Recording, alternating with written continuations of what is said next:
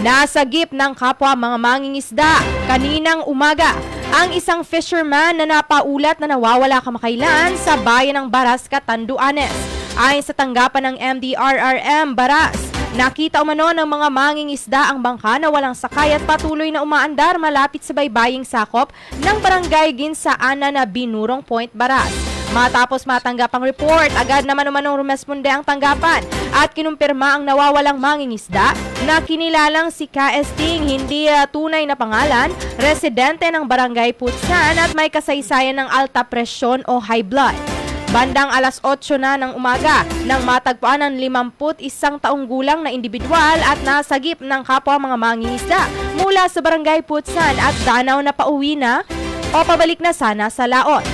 Agad siyang inihatid pabalik sa baybayin at binigyan ng paunang lunas dahil sa matindi nitong pagkahilo at pagsusuka.